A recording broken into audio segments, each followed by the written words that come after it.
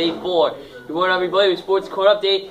I'm Kraus. If you didn't stay for the entire Friday's Williamsville South game, or didn't even go at all, shame on you because you missed an amazing ending. NT went into halftime with a 24-14 lead, but the Billies scored 3 touchdowns before Cody Sikora got them back into it in the third quarter with his 92-yard scamper. With 9.5 minutes left, the Jacks were down 41-27, but Joe Iowich had other plans and he scored a 3-yard run with 5:17 left. The Jacks defense was able to stop Jack Holyoke's offense by forcing a turnover on downs, and with just over a minute left in the fourth, it was Cody Sikora scoring a 4-yard run, followed by Dyer with this 2-point conversion run. And then we go into overtime. Jacks win the coin toss and defer to the Billies, who score immediately as Holyoke finds All-WNY nominee Matt Foster for a 20-yard strike. Holyoke was accountable for 7 Will South TDs. But then the Jacks got their opportunity as Joe Iowich scored his 3rd touchdown of the night, this time from 2 yards out. And now it's 48-47 Will South. So what would NT do after getting a couple PATs blocked earlier in the game?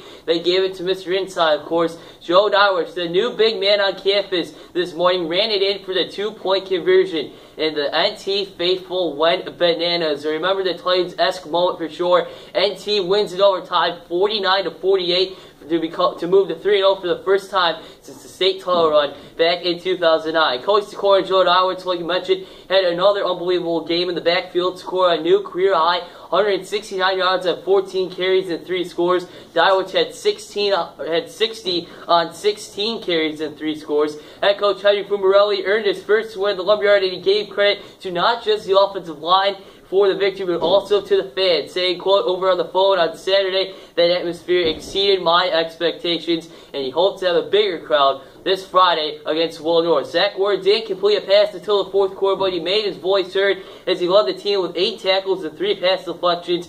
Tyler Clare had 7 tackles and 3 pass deflections, and Connor Groff, Marshall Esme, and Hayden Holmes had 5 tackles apiece. Through the first 3 games, the Jacks have outscored their opponents 141-48, and they held their opponents scoreless through the first 9 quarters of the season. The road to the rally continues this Friday at the Lumberyard against Will North. Other NT action, the men's volleyball squad moved to 2-0 in NFL play as they swept Niagara Falls on the road without big man Brandon Casterline. Ed Gaff had 10 kills and 5 aces, and Lou Medina had 12 kills. The ladies also won their first game of the season with their sweep over the Falls. Julie Milbrand had 7 kills. The soccer, the Lady Jacks lost 2-0, but Allie Smythe had another great performance, finishing with 24 saves on the night. The guys lost to the Vikings by a score of 8-0.